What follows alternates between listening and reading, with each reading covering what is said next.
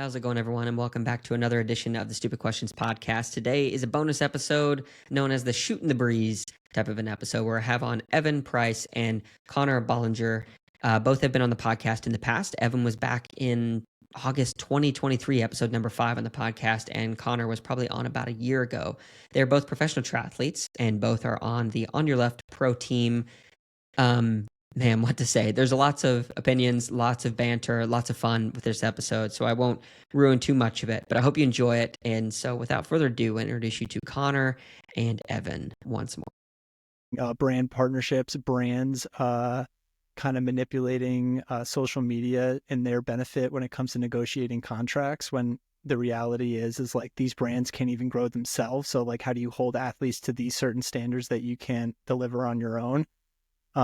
But yeah, anyways, it's like marketing. It's like marketing 101 for the sport now. It's like I mean, so social media has forced that conversation to happen.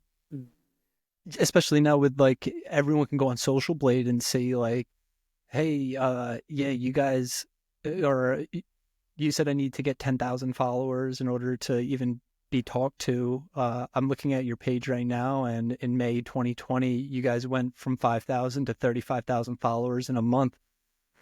How did you pay for those? Can you explain to me what you guys did? Because I would love to do that. You didn't post any more frequently either. That's amazing that happened. Yeah, exactly. Did you make 30,000 close friends in a month? The thing is, I think there's enough pro triathletes that the brands will be like, oh, okay. And then they'll just simply move you to another list, like do not contact. They know our strategy. Oh, shoot. Yeah, you're on a blocked email list. Or why don't we just, this is why they go for hybrid guys, because, you know, they'll take whatever. That is, yeah. Yeah. They're just looking for sales at the end of the day. Yeah, exactly. Can you hear me okay, Seth? Yeah. Do I? Yeah, I can hear you good. Can you guys hear me? Oh, okay, yeah, perfect. Yeah. Good. I can hear you guys really well. And that's the other thing about this is like, yeah, if you own a company, you probably do whatever you want to get a competitive advantage. And like, you have sales and all of that is the goal. So it's like, it's hard to like say that's negative. Mm-hmm. Yeah, on that topic. So we've already actually started recording. I don't know if you guys knew that, but I just I thought that countdown was like, I was like, let's just pretend like we're not recording. Seth's just gonna post that podcast as us not knowing we're being recorded. Exactly, just that little portion. No. Well, first of all, thank you guys for coming on. I appreciate it. It'll be super fun to moderate this conversation. You guys have a lot more in-depth knowledge and opinion, I think, than I do. So just opinions, no knowledge. Yeah. Well, it's literally my wife's opinions. motto. Yeah, exactly. Yeah. No, I'm excited to do it because so one thing in this space that I am still pretty new in is I appreciate when people are unabashedly just open about what they think and how they think, in regard to being respectful, obviously, to all people. And sometimes you are going to offend people, and I'm in no way against offending someone if I'm saying something that's true in a respectful way. So I look forward to a lot of this conversation. But it was just interesting what you were saying on the social media side of things, because I wish there was a way for all of these athletes and brands where they had like, I don't know, like a truth quotient, or you could like look and see what percentage of their following is actually interested in what they're doing and can actually be converted to whatever it is that, because I was reading this morning a bunch of stats on podcasts, and it's like they have the highest engagement in terms of trust with the brand, and then the ability to translate that audience into any form of a sale typically is like one of the highest, if not the highest, from what the data shows. Yeah. So YouTube's been running those stats for a while too. I know that just from a couple of my friends that are in that like endurance sports YouTube circle. Mm-hmm. That's very important is the like comments, the likes, the frequency of how far into a video they watch. YouTube gathers all that data. Yeah. And it's just from like an Instagram followers thing. I think it's a little harder to measure, but I mean, YouTube's all over that. So yeah, when you're talking marketing, that's what it comes down to. I can actually tell you kind of how I've like self-police this because it's kind of like what I'm interested in is like the growth of these accounts over the years. And because I've been in the sport for like 10 years, and Evan, you as well, like you get to see, you remember these accounts and you get to see where they are today. And for your own self learning as well. And what's shocking to me is seeing accounts that had 60, 30, 50,000 followers in 2019 that still have the same amount today. Yeah. What's going on? What is going on? I completely agree. And I completely do you know agree with what's that. really odd? So there used to be these softwares I'd love to see called... their engagement over the years too. Like, what's the rate of engagement would be wild to look at. It's so bad. 30,000 followers and 100 likes in a post is like, that's a big red flag. Yeah, that's not a good ratio. Yeah. There used to be these software plugins that you could do to have run your socials on auto, liking, going to hashtags, liking. Yeah. There used to be this software called Jarvey. And then in 2019, Ironman. Instagram came out with this new thing where this podcast is getting shut down if you We apologize, Iron Man. We apologize. Instagram came out with this way to detect that, and then all of a sudden, like, started shutting accounts down that they saw were hooked up to these third-party plugins. So then those third-party plugins they caught on. You literally could be on Instagram 24/7 without ever being on Instagram, liking unlimited photos, following, unfollowing accounts. Like, that's how you used to trick the system to do it. And I'm not going to say names or like accuse anyone because I don't need a legal letter. That's defrauding businesses, in my opinion, too, because it really is. Yeah, because it's like sending robots. Is going to invest money. Yeah, if it's going to invest money in what they think is your marketing pull and you're defrauding that process, that's not good. That's a bad look. You know what? Sorry. I was just going to say, you know what it really reminds me of? It in a way, it just reminds me of like lobbying. You spend money or effort on like getting these little pieces of influence. And in this case, it's just bots going around liking, commenting. Yeah, because it's not real influence. You're right. You're literally buying. You're buying what you want. Lobbying at its core is you're basically buying support, whether somebody agrees with what your take or your stance is on something. Yeah. And it's not a fair playing field because those softwares cost money. And if you're just trying to build a personal brand, I'm not saying people are doing that now. It's I think it's highlighting that they were doing it or they were doing something shady, because you literally are losing hundreds of followers a month if you go on Social Blade and look at these accounts.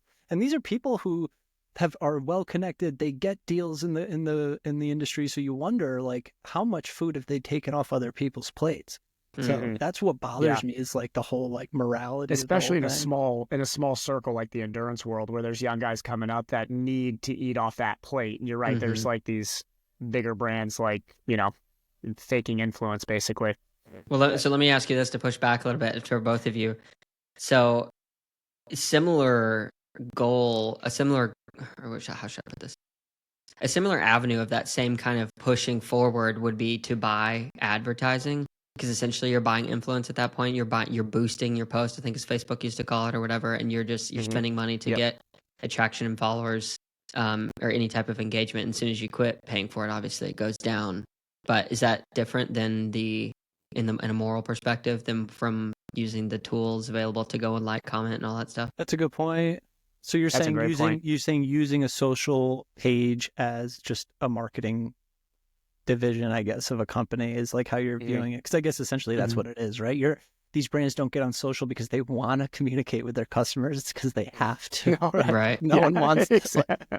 It takes time, yeah. Case in point, Gymshark Threads account, one of the worst accounts in the world.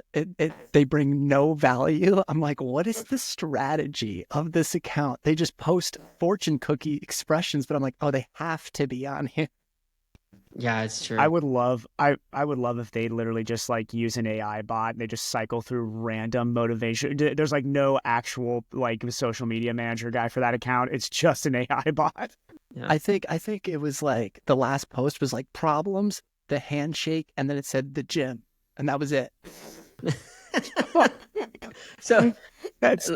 Dude, that is more insufferable than any triathlon motivation page. That takes the cake. Someone got paid to do that. It's crazy. Yeah, somebody made a paycheck. It was like, you know what? This morning, this is it. This is my 8 hours today. There is starting to be a resurgence though of like this, and I hate to use the word authentic because that word has been just so overused. What does that mean? In every sphere. But there is this push toward like, I'll use this for an example. Whoever in the past few years has been responsible for like the Ironman and T100 accounts to post content that I would say is honestly relatable to more of what On Your Left is, but like kind of making fun a little bit of the sport or just bringing in the fun aspect and the human element of things. Like that is a skill that you're seeing. I give credit to Bolly on that too, man, because I don't think Ironman would be doing that if you hadn't poked the bears. Like on random, was it last year or the year before? I would go and comment on all your comments too, but like every Ironman post had some On Your Left comment there that was just hysterical. And they started responding back to you. which I thought was awesome. I was like, good on Iron Man. Like, that's funny that they're actually like bantering back and forth a little bit. Well, I know for a fact when the Jack Kelly drama happened, I emailed Messick personally and said, "Hey, I just want you to let you know, not everyone feels that way in this industry. Like, there are people who don't agree with what Jack's saying, and I just want you to know, like, not that he needed that, but I also wanted to put us on his radar." And he said, and with that, it was about the splitting the world champs, and with that email, I sent. I remember that podcast. Yeah, with that email, I sent the meme of me silhouetted over the Nice swim start, and it said triathletes forced to race in the French Riviera or something. Like, that was the meme. Yeah. It was something about like disgruntled poor triathletes forced to race in beautiful Nice Riviera. Yeah, out of season or something. Like, it wasn't even, out of season. Yeah, like a month later or a month earlier. It wasn't like going to Vail for skiing. It was like going to Vail midsummer. You go to Montauk midsummer. So Messick was like, thank you, all this. And he's like, and yes, that meme has been circulating internally. Did you make this? And I was like, okay, so at least like we've been on their radar. Like, we're on the radar. Yeah. But it's funny because I had that thought the other day. Obviously, like into what you said, Seth, the comedy aspect of content is difficult. And my business partner and I talk about this because he is like, his whole Instagram following is built on that stuff. It's a lot harder when you're a brand, obviously, because you're gonna make people angry. So like they fall in between the like the cheap low hanging fruit laughs, which I still appreciate because you are like taking some of the seriousness and repetitiveness of the content style out of it. But yeah, it's a very like, it's hard to do. It's hard. Yeah, it's art. It's an art. It really is. To be funny and to do it well is an art. And also it's partly like being a preacher. Like, you have to get up there and be willing to say the truth with humor, and like humor often drops the truth bomb a lot more effectively to like stick in people's minds, I think, than just. That's stand-up comedy too, man. I mean, like think about like preachers and I mean, what stand-up comedian that we all love hasn't like wildly offended multiple people? Like, it's just a guarantee almost. It's a fine line to walk, but yeah. No, and I think where did I hear the other? It was like a few years ago. Somebody was like, it's very easy to talk shit and to criticize everything. It's very hard to do it in a way that you could not offend everyone, come down as like a Debbie Downer, or and make it relatable, where even the people that don't disagree with you can not deny how funny the approach was. And I still think like that's something that I'm learning, is like the approach and how to package a humor without offending everyone. Like the political thing, like when I post like an anti-Trump thing or an anti-left thing, or even if it's not anti-left, I posted a meme during the COVID with a guy on a bicycle who had a mask on was throwing his bike at a van. It was like in Canada. It was over these mask mandates. Yeah. And I didn't even know what the context was. I just saw a bicycle. He's hitting this guy's car with a bicycle. Like, that's funny. And then the comments was just like, it's more like on your right. Wild. Change this account. Right. Yeah. And I was like, on your right. That's really funny. You should start a parody account called On Your Right, please. We should have 3 different accounts: on your middle, on your left, and on your right, and then that just would pander be politically to each side. Yeah. Except Switzerland for on your middle. I was like, oh, this guy's probably lives in Australia, because that joke always comes across my desk. Like, in Australia, this is really on your right. But in my head, I'm like, oh, there's so many retards out there who like can't like discern, like maybe the admin doesn't have a political agenda and something's objectively funny. So it's still like I'm still learning how to box those. Like, the political memes are great because there's a lot of drives people are going to get more angry. Yeah, I mean that's what we're seeing now. I mean, I don't even have to say it, but I think Talbot Cox and Kate Alexander are like, dude, they're like in a running gun battle for like who could be more political today. It's going to be a bit much, but yeah. Anyways, it's been wild lately, in my opinion. Well, and also I can almost I think something's more unhinged politically when it ends up on Facebook consistently. Yeah, it's always like he's sharing on anybody who's sharing both on Instagram and on Facebook. As soon as it's on Facebook, I'm like, this comment section is going to be lit. Completely unhinged. It's amazing how comment fosters and that. It's always more like it's like everything that Twitter used to do now just ends up on people's like Facebook statuses. So it's true. just like some just absolute just rant for like paragraphs. Yeah. It's getting out of control on Facebook. It is out of control. It's really wild to me. So recently I had and I'll say this respectfully because I really appreciate the guy, but like I had a conversation with Simon Wetfield, and he's from up in Canada, and he definitely sits more on the opposite aisle than I do.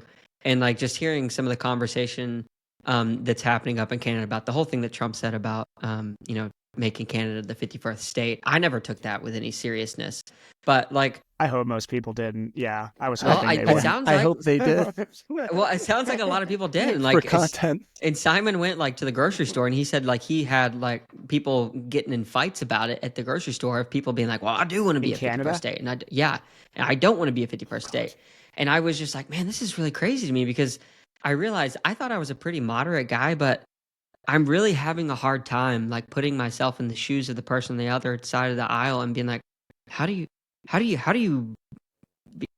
chew through this and come to the conclusions that you do? Like I'm trying hard to understand the other side, and I like a lot of these people, to be honest, but like when it to these mindsets, stuff it's more like, at this point. I think I thought that comment was supposed to be laughed at. Honestly, I mean that was my first reaction to it. I think our news is really good at exporting propaganda, and I just know this from working for a Canadian company for like 4 years, and then I have brothers who live abroad, and like what makes it through their filters and gets back to me of like, oh, I heard this or that, and I'm like, I didn't hear that, or like, oh, that's true. That's There's been like international news filtering American news too. So that's that's going through multiple filters there. Yeah, exactly. So like, that's a good point. Knows? Like, yeah, because your brother's in Dubai, right, Bolly? Yeah, he's been there for over a decade. Yeah, so it was interesting because I was in India like 7 or 8 years ago, southern India, and that was not 8 or 9 years ago. It was during the first Trump election, and hearing that that process go on through Indian media was wild. It was so funny because it was like I just stopped listening to the media. So the only news I ever got was from like my patients who were either in their 60s or like young guys in their 20s, and just the takes were crazy. It was, and that's like one of my favorite cultures is Indian cultures. They just get so passionate and angry about stuff. Oh, yeah. But it was crazy to hear like what our media got filtered as over there. Yeah, anyways, I mean, I just seeing a lot of political posts from like I have a thing on my phone. I'm just screen grabbing all these stories from people like both sides of the aisle, and I said to my buddy, I'm like, this is, if I ever get canceled, this is going to be the post that does it. Both sides are going to cancel me. Yeah. That would be the perfect way for On Your Left to go out, is to post the most left-leaning thing you possibly can, eliminate everybody on the right, and then the next day do a way over on the other side post. It'll just be only people that find it funny are then going to be left. And that's it. That's funny. What is your goal or the motivation? I mean, I think I know the motivation actually, but you can speak to that if you want. But what is like the goal now that you've gained this satirical / comedic influence that has the ability to enact change? Like how has your vision for the future changed for what On Your Left's supposed to be? It's a good point. Or can you hear me? Yeah. I can also hear your ball like. Sorry. That's even better. Yeah. You're fine. That's a good question because I actually thought about this the other day. So there's been a rise of like these satire like accounts like your boy Scott Jerk, heaps of good runners, these meme accounts, and the way that they've been able to merch off their content is kind of like been always like the goal. And I just think the pieces of merch that I've chosen and the direction that I took the apparel, I don't think it was necessarily like something that I wanted it to, or I wanted it to rather. I don't think it's something that resonated with the industry. I think what complements the brand more is like one-off items on the store that resemble the content I produce. If it's bumper stickers, armed cyclist jersey, like those one-off things. But to answer your question more broadly is like, I feel like On Your Left is naturally moving into a space of where like there could be a live show or even a live podcast or something that's just more of like a pardon the interruption or like something like that, where like personalities like you guys. There better be, man. That's what I'm banking on with my retirement. Like yeah. my pro triathlon career needs to end in a pardon the interruption like seat. I think like what the value for this industry really could be is like personalities like us coming together on like not even a weekly show, because I feel like that's a lot of commitment in a sport that doesn't have races like at the NFL. There's not like a set season essentially. There really isn't. There's seasons year round. It's like we earmark big races like obviously Oceanside, St. George, like the Pro Series races, and you have like kind of like the rundown how, and like Barstool Sports has a show off this, Bleacher Report. Like there's so many of these media companies that have the same show, just a different package. And I'm gonna be honest with you, Ironman needs to be the people that are driving this. And I'm not saying they need to hire me, but they need to hire people like me, or at least like include these other personalities like Kyle at Pro Tri News, these people that are showing initiative to help produce it at least. Yeah. We're in the trenches with everybody. And I think that's why GTN recognizes that like tremendously. Like that's why they post social reposts from people and like accounts like, hey, this freelance journalist posted this and we're going to talk about it. Like Ironman would never do that. Yeah. So unless it's a approved vendor. Yeah. Do you think that's going to happen?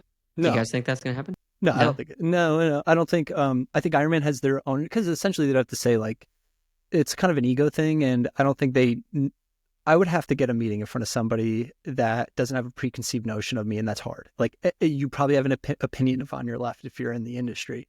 I just don't think Ironman would be willing to do that if they haven't already done it with Pro Tri News. I think they'll keep it in-house. They'll do it with the same personalities that they currently have. I maybe reach out to Andy Potts and get the people that were like guests and stuff, like the good people that we know. But I just don't think they reach out to people like me, people like Kyle, or even like Jack Kelly.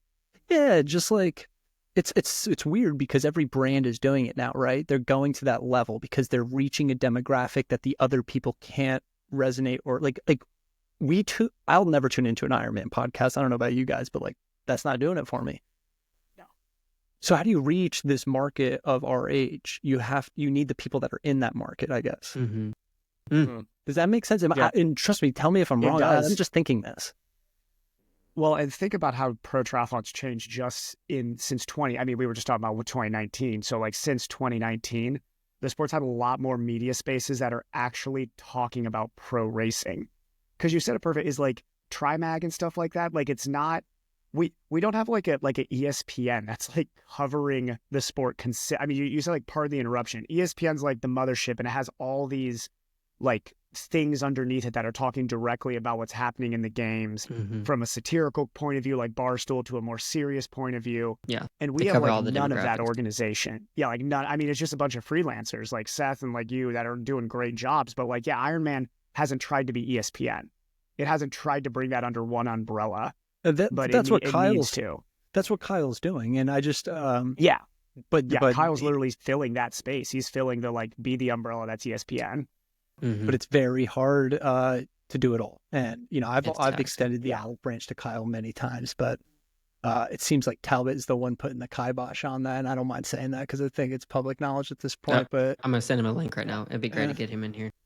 You should. Yeah. I mean, I'm so annoyed at Kyle for telling me that he wanted to partner with me, and then he like pulled the rug and was like, "Yeah, we're not going to do it because I would for sure tune in for a Talbot versus Bolly podcast there." I just want to know, like, he just views me as a liability, which I get, but I mean, posting political do you think on that he's Facebook right? Isn't. Do you think that you are a liability in any way? No, I don't. I mean, I told Kyle straight up, I'm like, listen, dude, I'm well aware of the opportunity and I'm very self-aware of what I produce. And if you have, like, there could be checks and balances, like, literally, like, I'm never going to run a Pro Tri News account.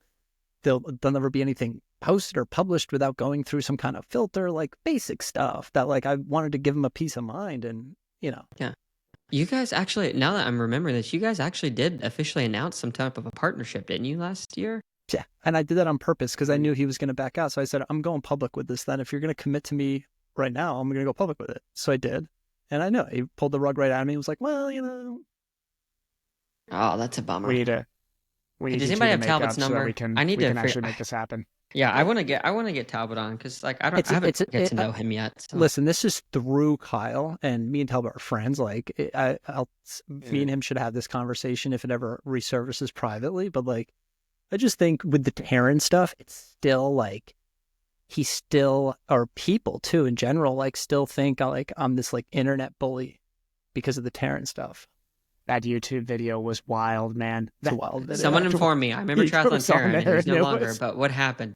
This is before Seth. How many years ago did you get into the sport? Because this is Seth. We can Triathlon Terran was on his last year and a half. He was in his last year and a half, and I remember just being this is like triathlon history. Like this is actually in the lore of triathlon.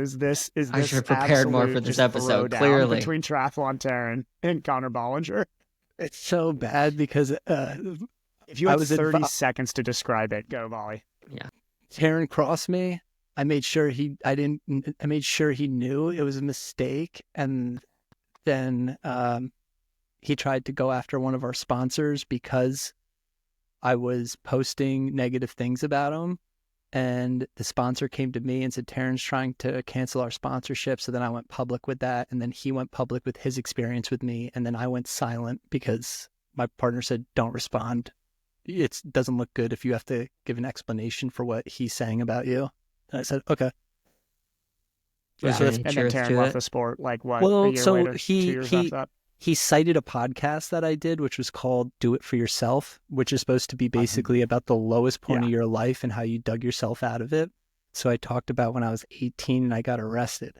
And he called you a criminal in there multiple times, which was wild. He held that against me. And so I was like, that's probably the shittiest thing you could do. It's like I was in my most vulnerable situation. Didn't he try to call you like a psychopath too? He's like, this guy's a criminal psychopath. You're like, easy there, Terran. It's like, yeah, he called me a drug addict, criminal psychopath. Yeah, this is so fascinating to me because, so like, again, and you guys know this, like I've been in this, getting to know people now for like a year and a half, really. We'll call it a year and a half, which is an infant. I can barely talk, right? So, but you've been around the sport a little longer though, right? And you're a sharp dude, so you're picking up stuff.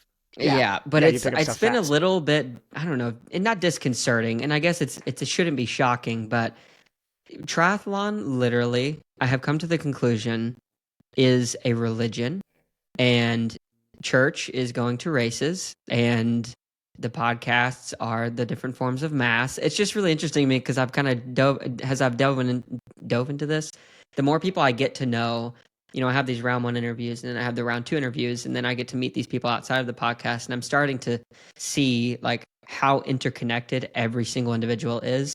But there's also a lot of just insecurities from people about how they feel about the other person. They've had like some form of a disagreement, and then they have this, and I'm not throwing a judgment on your and Terran's, Conor, or Evan, even any of the stuff that you've had. Yeah, it is a good example, but it's like a lot of stuff gets missed, and it seems like there's a lot of, I don't know, just a lot of insecurities, or a lot of like chopping at each other's back a little bit. It's funny you bring up religion on that too, Seth, because I just had this epiphany as we were, so for the podcast, we were all texting before this about what I think we need to bring up, which was Bolly's most recent post. Which we will. Because I wanted to talk about, Bolly, how I think it's so smart what you're doing with these like triggering posts that are so triathlon niche that like, and you and me will text about them every once in a while back and forth, where it's like, I know what's going to hit a hot button on certain pros. And I love watching just like the symphony of comments come in. I've been sitting on that message about a certain post. For 5 days. I've been sitting on that. I'm like, when's a good time? Monday. Yeah. So I'm just gonna talk about like Sam Long too. So Sam Long just posted a video talking about volume, sort of, yeah. Which is really funny to me because it's like so clear what they did. Like Lionel just posted a video where he's like, hey man, I'm not training that much and I'm doing well. And then Sam's like, volume is all that matters. It's like, okay, this is classic triathlon off season. We have nothing to talk about. So we're just like, are we going to be doing this in 20 years? Just like yelling at each other, but we're like, volume, man, no intensity. Intensity's it. It's just like every February, it's always Tucson. Because everybody's going to Tucson and training a lot. And then it's just like, if you're not in Tucson, you're like, oh, well, I can't train that much. Why do you think I posted the volume post too? Or the off-season post? The off-season. Do triathletes take a proper off-season? Yeah. And then, so Seth, going off that, I realized that, because like even I can sense myself getting like a little triggered whenever the volume talk comes out. Because I've always just trained a lot. Like that's just what I do. Like I just like training a lot. So as soon as anybody's like, dude, I can be fast off 16 hours a week, and then they like actually beat me stuff too, I'm like, yeah, you can be, but that now triggers me because now I'm pissed off because I'm wasting my time training 26 hours a week. But yeah, it's like religion. So as soon as you bring up volume, you just get raw, emotional, Yeah, it's like you're talking about gay marriage like or something. Just at your core. Yeah. It's like at your core. And the argument's almost pointless because nobody ever in the triathlon volume argument has ever been like, no, you're right. Yeah. Like, has anybody ever in the volume triathlon argument ever changed their mind? No, nobody has. That's a funny meme. Or it's like Dude, I triathlon would pay money. There you go. I'd pay money to see Lionel and Sam sit down in a serious setting like this and just give them 20 minutes to just banter back and forth on like volume. That's the only thing they could talk about. Just like, what's the right volume? I was wondering if Kenny and Talbot had any part to play in that to just curate a little bit of drama. Probably. And I'm sure they were talking about it. Yeah, because it's boring off season, man. They knew it. Talbot knows what he's doing. He's a smart dude with that. Yeah, he knew. He's like, as soon as Lionel posted that, he probably messaged Sam and he's like, hey, do some crazy training block and just post that like Lionel's wrong. Yeah, because then he posted something in the caption where Sam was like in the pool and he's like, here's my week for training this week. Yep. Like, I trained all too the much. thresholds or something. With it too. Yeah. And we're talking about it. So it worked. So like anybody who's like, oh, that's corny. I'm like, no, it's perfect. That's like, what else are you going to talk about in triathlon in February? And no one wants to admit what they were doing is not good or wrong. Like, that's like no one wants to say like, it's because nobody knows. Everybody's still playing this game. Just read a Lionel comment section, man. A Lionel comment section is next to on your left comment sections is my favorite thing to read through by far. It's just popcorn. You got two types of Lionel commenters. You got this guy sucks and is never going to win anything. And then you got the I love this guy more than anything. Only two comments you'll ever read. There's no in between. Nobody's ever just like, hey man, Lionel, you're doing solid. Like, keep it up. God. Nobody ever says that on there. Except I want to comment on there for what's my actual thoughts where I'm like, hey Lionel, you're doing pretty good, man. And you got a kid. Like, congrats, just, I mean, if you win, for that's real. I hope one day it is like a goal to have some of these bigger guys on. And I know that Lionel does not do podcasts, but I have wondered because I swam next to him this past week and he was super nice and talked a little bit. He's such a nice guy. Yeah, he is a super nice guy. But I sometimes wonder, like, I don't know. I know it's lonely at the top. Like, what's actually going through his mind? Like, how happy is he? Like, I really want to know that. That's a good question. That's really deep. That is. I'm gonna be honest with you for that, man. I'm gonna be honest with you. I'm too average. His mental state has never crossed my mind, and I'm like shook that you just said that. Like, seriously. Like that is a Bolly said at night's going to be, is Lionel Sanders happy? That is a wild post. I can't sleep on that thought. I can't go to sleep with that in my head. Because if Lionel's not happy, what are we even doing?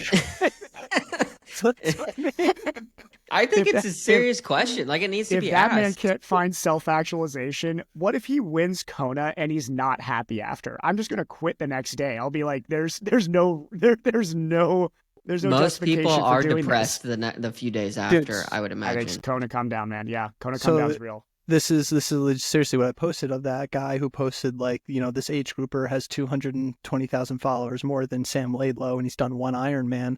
And I said, these brands don't care about performance. That's why Lionel calls himself a YouTuber. I can bet brands have told Lionel, we don't care if you win, just keep making videos. I've heard this from other athletes. Not that Lionel's been told that, but other athletes have been told that. We don't care, just make videos. Well, and Lionel might know that too. I'm sure. Dude, Lionel's a really smart guy. Like, Lionel and Talbot know how to work this game. I mean, Lionel's the most followed triathlete in the world and has been over the last... I actually know when Lionel started triathlon because it was the same year I started triathlon, which was now going 15 years, almost 16 years ago now. Mm-hmm. So it was since he's been in the sport, dude, he has like ascended to being the most riveting followed dude in the sport. So from a brand, like the Lionel story is like, if Lionel wins, does that make him less Lionel? Maybe. I don't know. If I'm a brand, like, do I want Lionel like second? Yeah, I kind of want Lionel second. Like, oh my goodness, dude, I'm clipping this part. If you were one of the biggest brands in triathlon and you were given the choice, Lionel wins Kona or Lionel's second and gets like run down at the last second, you choose the second option. Come on. Yeah. Because that's like the greatest Lionel story ever. Like, we want Lionel to win. Like, true triathlon people want to see that dude win. But if I'm a brand, I'm like, dude, I want this guy angry and just like hungry. Yeah, I want him racing at 45. Yeah. He would stay around at that point. I want to say zoomed in shots of him crying in his pain cave, self-inflicted. These brands are evil, man. They don't want Lionel to do what we all want Lionel to do. It's easier to aspire to a second place finish than it is to a first place finish. Yeah. Well, in these days, it's getting It's These true. days, it's getting damn near impossible to win Kona these days, man. God, the requirement to win Kona right now is insane. We don't need to talk about Kona, but from what we saw, it was like you just got to gamble. That's what pro racing is at Kona, right? Mm-hmm. Is just gamble, and hopefully you can finish the second half of the run at your goal pace. Well, because like Lange, I mean, you think about Lange this last year was he had to gamble to stay in a good group on the bike. Like, that was hard. Yeah. Like, that was hard. And then he just had to gamble and be like, hopefully I got the run legs. And that's what he did. Championship racing is, I guess, though, right? That's what it should be. Yeah, that's true. Yeah, I think that's what it should be. Going back a little bit on the social media thing, because I've noticed some people rise to a level of fame on Instagram, and then they get these crazy deals, and like I know them, and I'm like, they don't ride ever, and somehow they're getting like this $20,000 bike in this deal, and I'm like, age groupers or pros? Age groupers, not even pros. Age groupers, yeah. And I'm like, this is like hybrid, like hybrid type athletes or something. Yeah, like sure. That crew. Yeah. And if it was me, like I'm not like picking on the person or any of the people to say like, oh, you're it's you're not nothing. Their fault. I take the money too. But it really makes me kind of irritated because it's like, man, I used to work in the outdoor camping equipment industry, and this guy who was like the famous in the world of the industry was known for like helping to grow it a ton because they took a lot of these high end camping and outdoor outfit wear gear and like made it to be like athleisure and to go out and make all of the customers want to aspire to be this, but not really go and do it, just kind of like look the part. And now I see that kind of happening in triathlon. I'm like, no, I don't think that's good for the sport overall, because a lot of these people who are becoming the point of influence, it's like, it's not real. They don't have residency. So It's just true though. They don't, like, you just got in here. Like, it's not for the and this is also my problem either. with that is because, like, I mean, you think about Ironman's different than like a widget or a food company in the sense that, like, if you're a food company, you're just looking for eyeballs for your marketing. Like, okay, I want somebody who has a ton of followers and hopefully they just like spam my food on their whatever channel. We just get eyeballs. Ironman is different because, like, dude, if a guy goes and does one Ironman off of a YouTube video, it's like 2 weeks of training to Ironman. One, it's also like, just like at my core, I just kind of like disrespectful. I'm just like, God, F this guy. Like, I hate that. But as a company, you're like, oh, he's got 300,000 followers. We're going to like go and support this guy over some up and coming pro who has 2,000 followers on Instagram. But that guy's gone. Like, after what, 1 year? Like, do we see any of these guys stay around? Like, Bollinger, can you think of anybody who stayed around like that? Like, no, I mean, Nick Bear did like an Ironman back, but he's over and running now. So it's no, and it's actually really odd because, like, no. All right, I do know a few guys who stuck and stayed. Two of them come to mind, but they're solid dudes, and they're, these guys, no problem. Get your sponsorships, get paid. Paul Felder, Jordan Taylor. Oh, like, you guys are pro athletes in other sports anymore because. Yeah, or even like a Gordon Ramsay, dude. Like, Gordon Ramsay still does triathlon, but like those are the guys who stuck around. So we're talking like a really small percentage of that group. Yeah. But Paul at this point to me is like, dude, the guy is such an awesome guy, and also was like invested in triathlon. Like, you could tell when he's making that switch, he's like a dude who wants to do it. Who's got some of his following from triathletes. But yeah, I think it's we first have to remember who's making these decisions, right? They're social media managers, they're marketing budgets, they're people who might be loosely tied to triathlon or not even to triathlon at all, but the chances are that there's some age group who's been in the sport for 10 years who knows the pulse. It's such a small chance that that's who's making these decisions. So you get a lot of this laziness, especially I've been on the other side of this where you're hiring these social media personalities, and I'll tell you right now, they go off lists and databases of influencers, and sometimes they just go through a filter, print me off 10 cycling or endurance enthusiast influencers, and let's start looking at them. And that's what it comes down to. Like, it's laziness. It's just lack of awareness. And it's like you want short-term gains, short-term sales, and you want to grow. Dude, do you guys remember when Paul, not Logan, Logan's brother, Jake Paul, like was on a road bike for like a day? Did you post this, Bolly, when he was like, come at me, Lance Armstrong? I was scared for a second. I'm like, Felt's going to sponsor him like tomorrow. Like, this is I was like, we're going to get so many guys who deserve that felt sponsorship. It's going to be like, hey, Jake, you want a bike? Like, we'll set up a one-on-one race with Lance Armstrong for you. It's like, how would that even work? Nobody knows. But that's, I was scared of that because that's like what happens in the social media space. Is what it seems like right I really now. would make an argument, and I had to have no real evidence, just kind of some anecdotal evidence. But I think that in the long term, those decisions by brands are actually bad for the company long term. Because a lot of these younger companies, like you think of the Silicon Valley mindset, it's like go raise a ton of money, trick a bunch of people into using your product for free, and then try to convert 3% of them so you can have like some net operating income at the end of the year or whatever. But it's like a lot of these businesses, they're so focused on growing like a weed that the first sign of a real storm, they get blown over and in half. But if you like stick with micro, and I mean like micro influencers, like 1,000 followers or something. I was going to say like 2 to 5. Like, yeah. Yeah, and like you work with them and like stick with them long term, like you're building an oak tree at that point. I really do believe that. I don't have any business that's been that successful at this point, but I really see the promise. Like a lot of these companies that have been around since like Cintas, I was learning the other day, it's like this 300 or 200-year-old company, and it's like it started out doing just small laundry service in the beginning, and then like, you know, it's just slow growth over time. It's like a U-line now. Yeah, this whole growth, like, I don't know, grow as fast as you can at all costs. I even think of companies within triathlon like that. I mean, I'll say one that just comes to head because I think they've stayed so true with like sponsoring like up and coming pros and staying with like this really consistent triathlon minded set. And yeah, I mean, they're in swimming too, but like Blue 70, I think is like a really good story of like a company that I think has stayed pretty true and narrow to like trying to have authentic sponsorships throughout their existence. Yeah.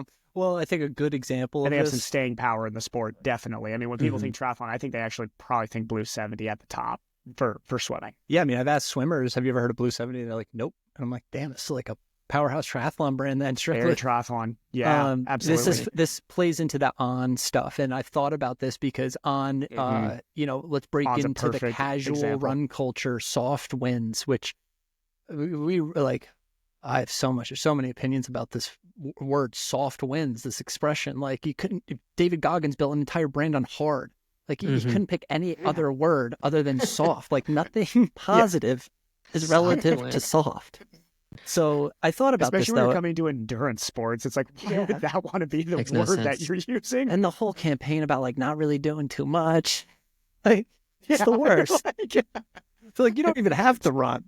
Athleisure, dude. I'm telling you, they can just sit somewhere. We don't care if you're healthy. But they go to Elmo and they get Elmo, and I'm like, listen, like I get the whole, we pay our athletes, we give our athletes exposure in other ways. Like, this marketing campaign, we wanted to do something different and disrupt the industry with ritual. And I thought about this, and I thought you could have done this in so many other ways. Like, what I'm thinking that would resonate more with the community if like you got a pro who had a family of hobby runners and people who like really didn't run much, and you went into a day in the life of that pro, and where at the end of the day they all come to dinner or something, but everyone, like one dad walks for his workout, one mom goes to a run club, the son does it intensely. Like that would have hit so much more home than like, first of all, we're going to use a Gen X mascot and a millennial mascot. Who kids don't even know? Like, how many kids really know Elmo? And then we're going to show you Gen Z Run Club. Like, it was such a mash of like, who's the target audience here? Everybody. It's a soft win. What was such a bummer for me too is like I thought that On was like okay, so we just have all these records get broken and running all of a sudden. And it's just like, wow. And then you have Yara Nuguse like run amazingly well, like break the indoor mile record right before it got broken again. But like, and then also in the triathlon world, like good friend of mine, Trevor Foley says, is like, I mean, get sponsored by On It. It's like, this is awesome. Like we're doing it. And then by this last couple of days, the like Elmo thing I've been cracking up. I'm like, that marketing room is just pure chaos right now. Like, what is happening? What are we doing? How do we fix this? Yeah, I genuinely love this company because they also have like a branch now like in Portland, and I'm like, dude, On is awesome, and I'm all more. And then this happened, I have no idea what their direction is right now. But it's interesting. So it's really funny. I'm in the market for a new job, so I've been on LinkedIn, and there's a job posting on Fit Insider, which is a job market website for industry jobs. If little plug there, I'm not sponsored. Fit Insider, it's called. So there's a job for On marketing lead analyst for the 2028 campaign. And I'm like, oh shit, whoever came up with this You moved to Elmo idea Portland, came do up it, like come to 4 Portland. years ago. They're going to look at your account and I'll be like, never mind, scratch him from that.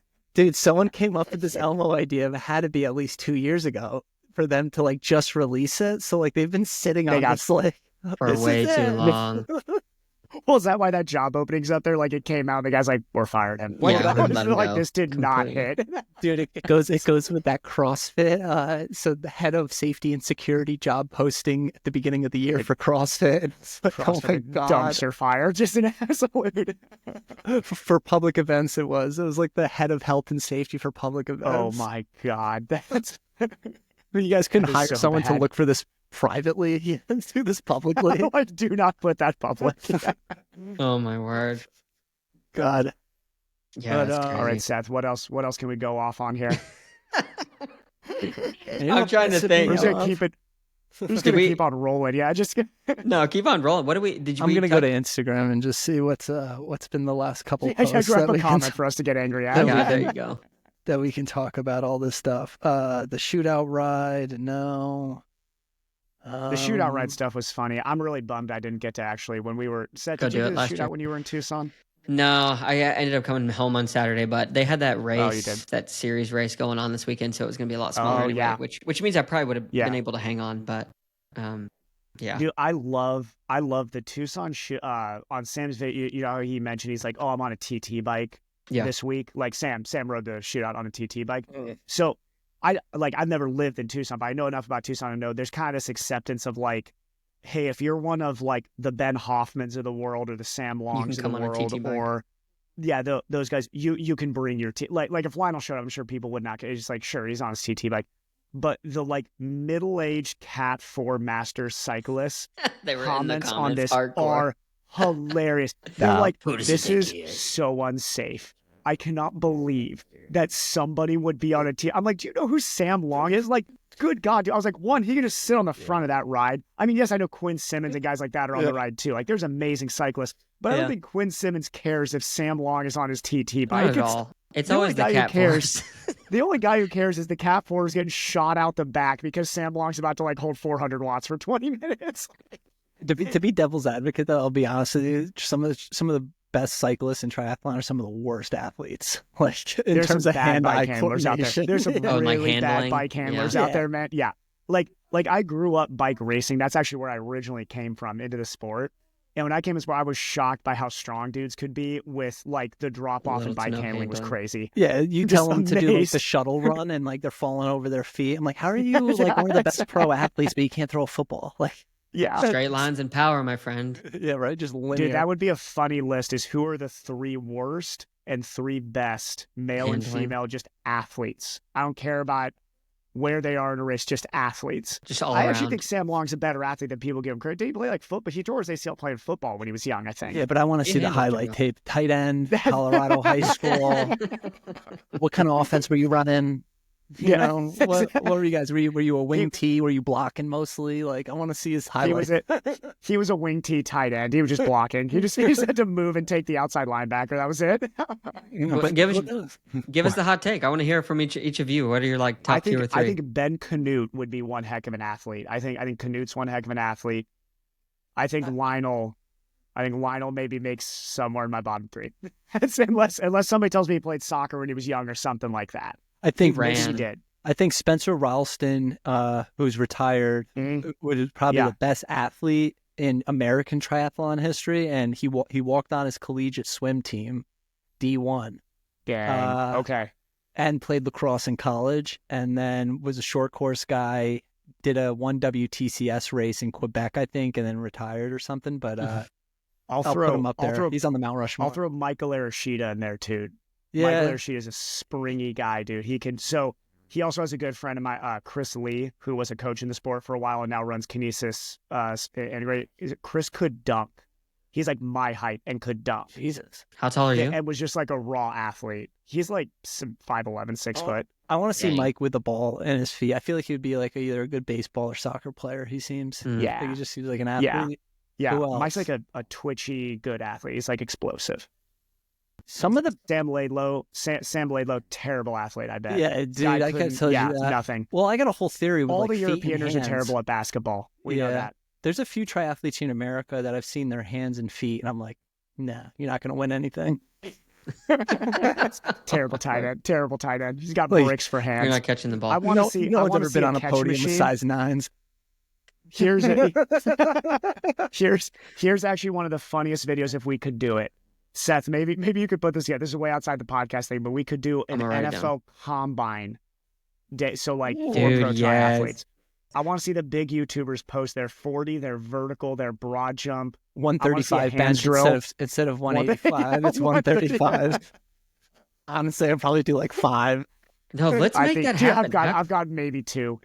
It would have to happen in Tucson in the off season, or that's what I was gonna say, in February.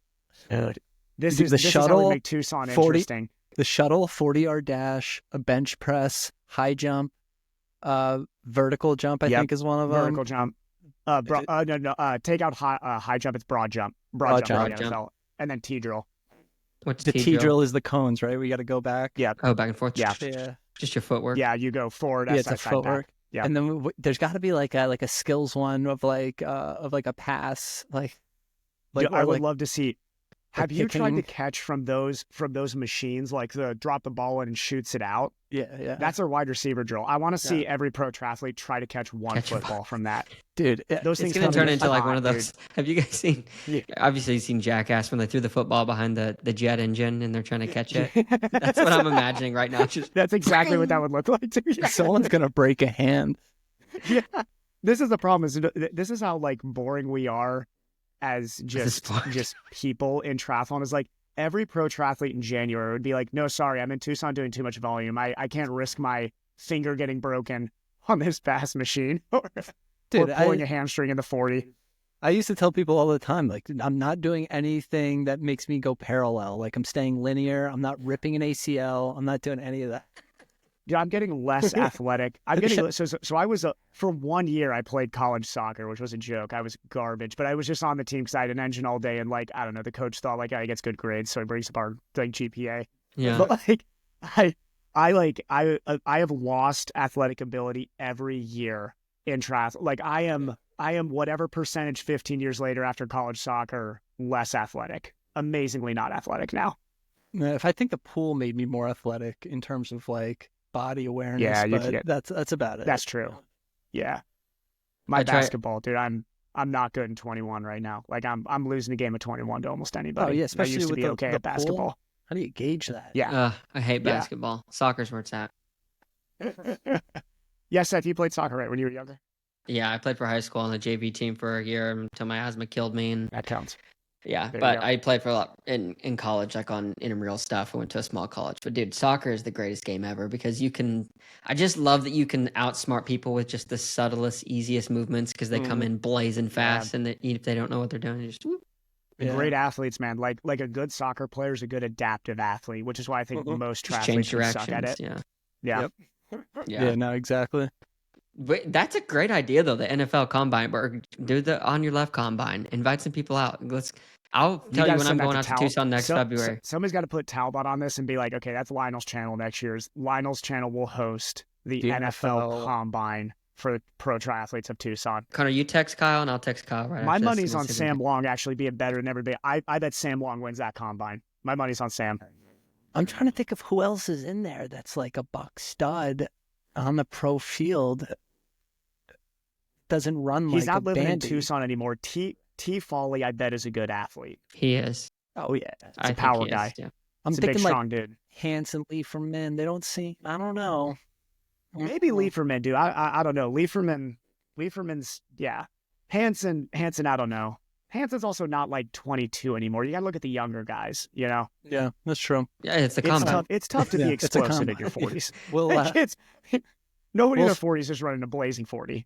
We'll shelf this though. I like that idea. I mean, that's I do too. This is it. This is an idea we got to roll with at some point. I'm going through my Instagram to see if there's anything else funny. Oh yeah, I've been posting these nostalgic moments that have been engraved in my mind, like the Jan Frodeno speech after his 2019 Ironman win. Do you guys? I didn't remember that speech until I watched it again. I was like, no, this speech almost got me to tears. Really? You need to post it again. It's pinned at the top of my profile right now. I posted it last week. I'll look at it after this. It's Mike Riley's interview with him to Linger by the Cranberries in the backdrop. And, yes. And it kicks off with Mike Riley puts his arm around Jan's lower back and he goes, "Oh, Jan." It's like... Well, it's funny how you said that. I could see Mike's face as he's doing that. I could see it too. I could hear his voice. That's hilarious. It honestly is one of the greatest videos I've ever posted. Dude, it's at the Mike top. Riley's going to be so missed in 20 years. I'm so glad I was in the sport when that man was like still doing post-race Kona interviews. Yeah. Oh yeah. That's amazing. Yeah. I thought you were saying. I thought you were going to say it was like a really good speech, but well, the speech is good because he's like, 2 years you've been away. How does it feel to be back? And Jan's like, he just goes into his mental thought process. And the last thing he runs out of breath because he's about to black out because he's so exhausted. And he goes, "Thank you all." And then it's like, "Got to let it linger." It's like playing in the background. I'm like, This is so beautiful. This literally needs to be on the Iron Man profile right now. That's amazing. I feel like Jan to us, to our age range, when we're talking about we're like in our mid-50s, so like Gen X has like Jordan. You know how just like Jordan could have done no wrong to Gen X? He was just like perfect as an athlete. We're going to be in our 50s. They're going to be guys going like sub-7 in Kona at that point. So they'll look back at Jan and be like, that wasn't even a real sport at that point. It would just be like, shut your mouth. Like these, you have no idea what you're talking about. Man. He was yeah, like when people talk about Mike Ditka as a player, you're like, it wasn't good. Mike Ditka was like 150 pounds, 5'10". They're like, but the man's 40 was a 5'2". Yeah. He was blazing. Like he was a beast. It's like Mike Ditka, the guy who's like an alcoholic. It's a beauty and a travesty that happens because it shows that the sports are growing. But then you leave some of these people in the dust, and you're like, you just had to be there. We will always look back at Jan though and be like, that was peak just triathlon. Like he was like pure European dominance of an endurance sport. The guy just embodied European dominance. Fast forward if you don't want a Jan Frodeno Glaze Fest, but. Yeah. Exactly. I mean, like everything the guy did from his win at the Olympics to even when he comes in second or loses, like he's just the pro's pro. Every speech, he does all the rounds. He makes sure he's got a lot of charisma. Banked. It's just got a lot of charisma. Man, he's so hot too. He's so tall. He's so hot. You look at you just look at his back and you're like, what's going on here? I kid you not. When I first got this is just going to sound really pathetic at this point. That man's back was the best back I've ever seen. Here, I'll tell you this story because it's actually hilarious, but it's very true. When I first started getting into the triathlon, I always loved it when I would be cycling or running and like the sun is just behind you and like you can see your shadow, right? Oh, yeah. And I was running and I like imagined my shadow looking like Jan Frodeno running down Alihi Drive. Like, who has not been there? There was like, look at my shoulders. I can see my clavicle sticking up. I am Jan Frodeno. Like, dude, why do you think I'm 165 pounds? 6'1". I was like, Jan 6'1", 165. I got to get down to 165. That's so funny. And he put out 1/3 the power. We're also exactly. We're all that way, man. It's so funny. Well, I mean, that just goes to show, like, when you said people in the sport, there seems to be a lot of like pettiness in terms of like insecurities and stuff. And I think there's a lot of people, and myself included, like. Somebody said this to me, no one gets into triathlon at the best moment in their life. Do you usually get into triathlon at the lowest moment? You're running from something, dude. Most of the time you're running from something. That might be the quote from this podcast, right? Nobody gets into triathlon at a good point in their life. And us laughing at that. I know, yeah.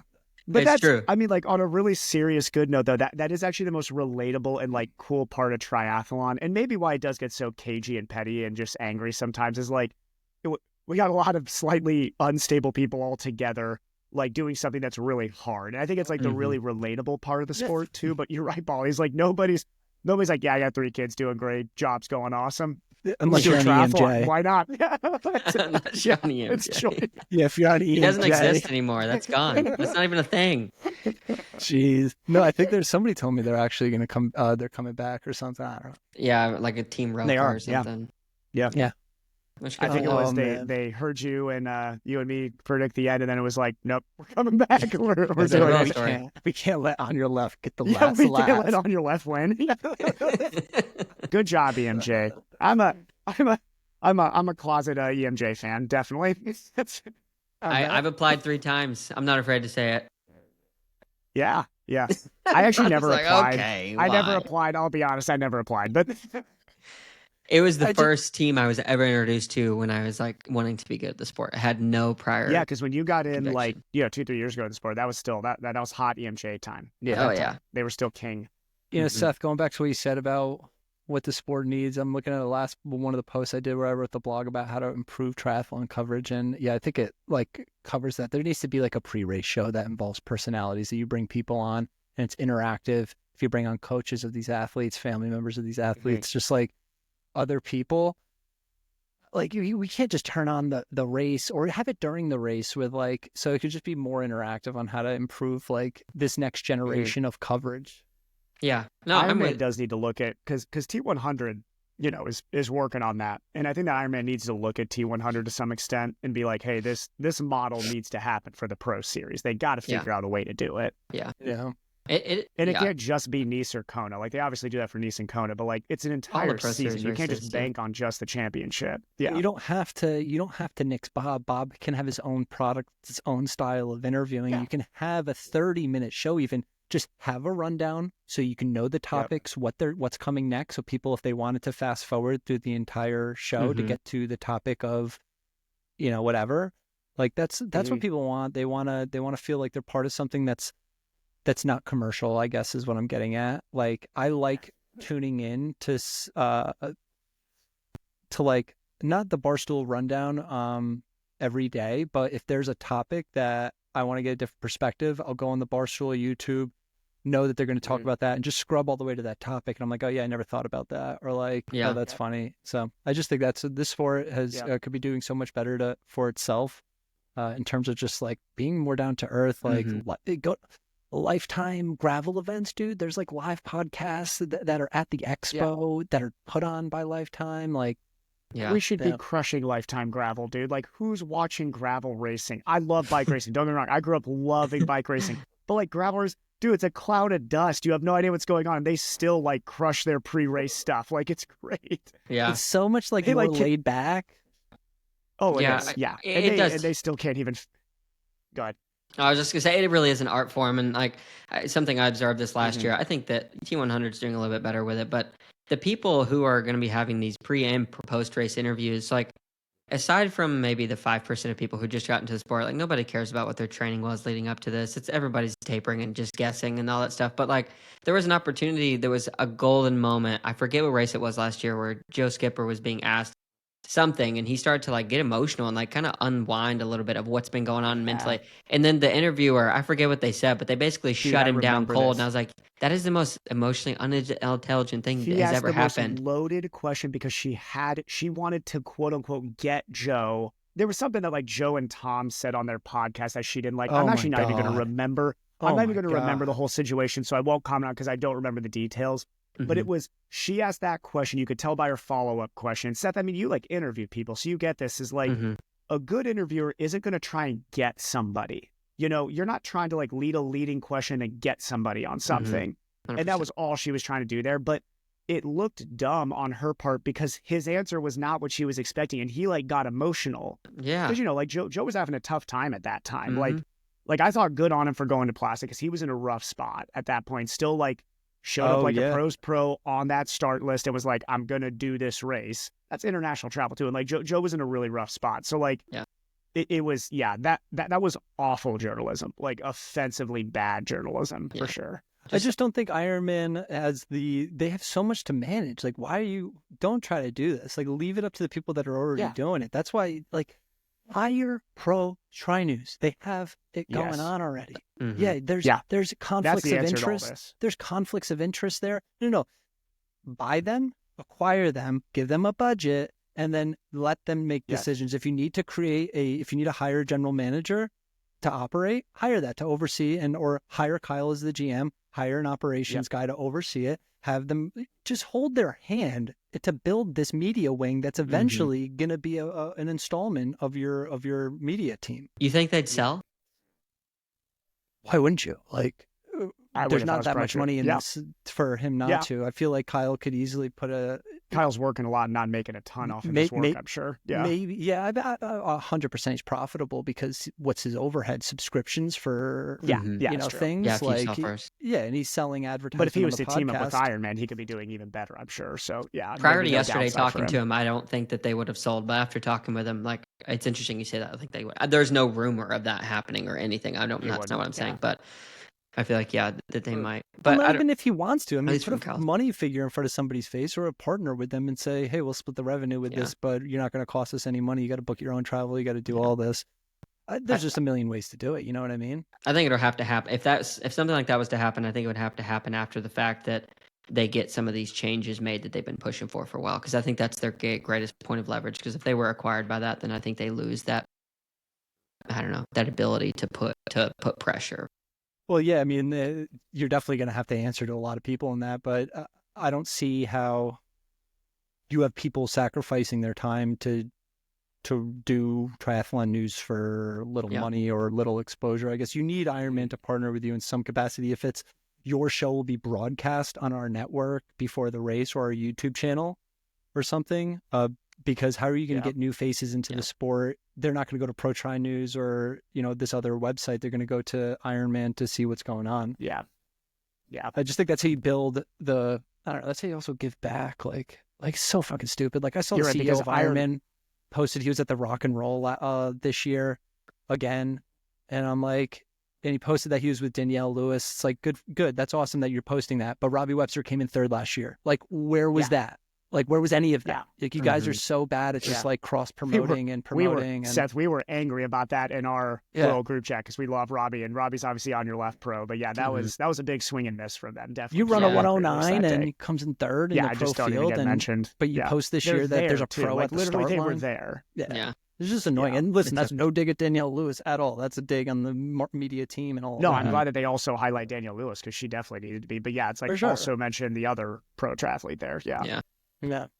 I may or may not told Scott it was nice that he posted this, and I was disappointed that he didn't post Robbie last year. Did you get a response? I know you did. Yeah. So let me. I can feel the blood beginning to boil here. So before we get on a crapshoot train here, let me wrap it up with this to hear from both of you guys.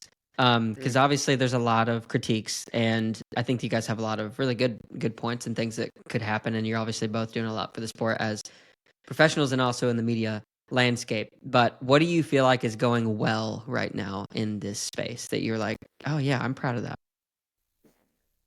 Go first, Bolly. Or do you want me to go first? Because I got one in my head. I think just what you pointed out about them simply just making the step and creating comedic content that can take the stigmatism away from the traditional perception of a triathlete of being like this type A serious all the time. I have everything figured out in life. I make no errors. My life is perfect. We really have to start chipping away at that perception of a triathlete, because that's not who a triathlete is. And so I like that approach. Yeah. Dig it. Yeah. I think the Pro Series is a great start. I actually even think I'll use myself as an example because I'm like literally just a pure mid-pack pro. So I think that Ironman's next step, and I hope that they're headed this direction because I think they are, is T100 kind of force them to like match a series that's going to be like pro driven. And I think they're doing a good job with that. I mean, they obviously have a lot of things to fix with it, but I'd love to see Ironman do that because me and Bolly at our core are actually both, I think we both agree, Bolly's like Ironman fans. Like we want this brand to be as good as it possibly can be. Yeah. Like for sure. Like that's we why are we're definitely critical. on Ironman's side. Yeah. Oh yeah. Because you care. We're like, we are definitely not the guys in comments just railing on Ironman for no reason. Like we love the brand and Ironman. But I think that what needs to happen is they need to create a tiered pro system. So it needs to be like the pro series needs to be invite, just like T100. And it needs to be the biggest dudes and gals at that race. And then they need a B series and maybe even a C series of some type, like maybe age group elite type C. Just like anybody. And like B group is where guys like, and like B group is where like guys like me go and race. And like, we can't have 80, 90 guys on a start list where like 20 of them are the ones having the race and then 70 guys just getting shelled every single race. So their next step is that they need to do that. And I think that that's the direction they're probably headed, which is great because it's seeing like growth in the pro field, which is awesome for Ironman. It's just nothing but positive for them. There's a couple things that also should change. Is the pro standard needs to change. I think everybody agrees on that. There needs to be not a 3-year contract. I think it should be every 2 years. Relegation that you system. get your pro card. Relegation system. But what I'm hearing in the comment section of a lot of these posts and seeing is there needs to be majors either from T100 or Ironman where you just have like, it's like a golf or tennis and you have these reoccurring majors every year, which I guess you could say is the pro series, or just even T100 if they just had 3 races a year and there were majors, or you combine forces and you do a T100 exclusive athletes to Ironman exclusive US athletes. Open, European Open. Do 70.3 races in that distance, or like 270.3 and 2 T100 distances. You get the top like 5 athletes from each series. They make and it you big do one. that. There's just like Evan, I think you're on the right track. There needs to be a more exclusive, pointier end of the sport at these better races and bigger races to improve the exposure and quality and coverage. Because if you only have 20 athletes on the start line, it's a lot more to manage than if you got to worry about Sam Malone coming in 40th and bridging the gap to first. So you just know like Sam's coming out 20th, he's going to get to the front. So we only have that much to more manage camera of the coverage. there too. Yeah. That's what I mean by that. Exactly.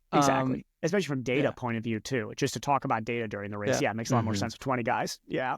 No, for sure. And that's what I think the next generation, because if you Google like if you chat GPT, triathlon new technologies, not existing ideas, and like just ask them for business ideas, a lot of them come with like more data visibility, wearables and stuff like that on top of like all the AI stuff that gets recommended. But I think a lot of that stuff companies are probably already testing out of like, even with the widgets, putting them in the broadcast, having that exposure that had that, T100, and then like the heart rate, but it was way off. And then like another great one is Race Ranger. I think has been a great success in my opinion. 100%. I mean, I've used it once now, and I'm going to use it at Oceanside in Texas.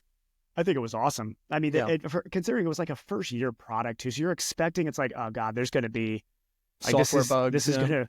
Yeah, software bugs. It's been great. I mean, it's been cool James to see has been how working it's hard going on to that change stuff, the sport there. Yeah. So great move from Ironman there. Yeah, I would love to work for that company and just go to races and because they're based in Australia. It's like, how much are they paying to send people to every race in North America? The shipping of all of this stuff and all the Dude, time to Bali, hook you them need up to on like bikes. grow out this stash and just be in media, and then a random bike ref that's like just go to like Santa Cruz and Oceanside every year, and like Ironman California, just ride just a huge handlebar mustache, just handing out cards like it's going out of style. I told Kyle there's gonna be so many young pros who just hate you so much. We need that for sure. And like I was talking to Kyle yesterday, I thought it'd be a funny joke because they've been pushing to like get a standard 20-meter draft rule for all of the different races. And I was like, well, just talk to James and have him put in 20 meters for every race, and nobody's going to know until like they get on the race course and it's like the color's there. So, you know, and then just see how it goes. That's all the refs are looking at now. Yeah. Yeah. They just need to hijack the system, hack it. But yeah. Well, gentlemen, I really appreciate you taking the time to come on here and share what's going on in your mind. Did we cover all the topics you wanted to touch on? But we should save it for another time. We'll do. Okay. We'll do another one at some point. We can just randomly, like once or twice a year, do like a Evan and Bolly just like rant on something for an hour. Love it. I love it. It's teaching me a lot. There's a few things I didn't hear about that I was kind of laughing. I was like, I don't know what they're talking about. So I need to go Google a few things. The history. There's a few things. I got to educate myself a little bit more. I'm going to send you a video that you need to watch after this. Send it. I got to go watch the Jan interview. I got to do that. Something about Elmo. Yeah, it's on my profile. A few other things. But Rich roll. Yeah. I did see that. That was crazy. Sell out. Yeah. All right. Thanks, guys. All right. Thanks, Seth. Yep. Appreciate it, Seth. Thank you so much to Evan and Conor for coming on the episode today and shooting the breeze with me, educating me on some of the things that have been happening in the sport as of late and some of the history even yeah, the back and forth, the banter was a fun time, and I hope you guys enjoyed it too. So again, thank you so much to Evan and Connor for coming on the episode. If you made it to today's episode, I just want to say thank you so much for listening. And if you are still listening to this point in the podcast, just want to say if you could like, comment, subscribe, comment on all of the different social media channels, that would really help to continue to grow the podcast. Also, if you are listening on any of the podcast platforms such as Spotify or Apple Podcasts, if you could also leave a review, leave a comment, or share it, that continues to help grow this pod. And I really appreciate it because this is a fun thing to do and you guys make it happen. So thank you guys so much, and I'll catch you in the next one.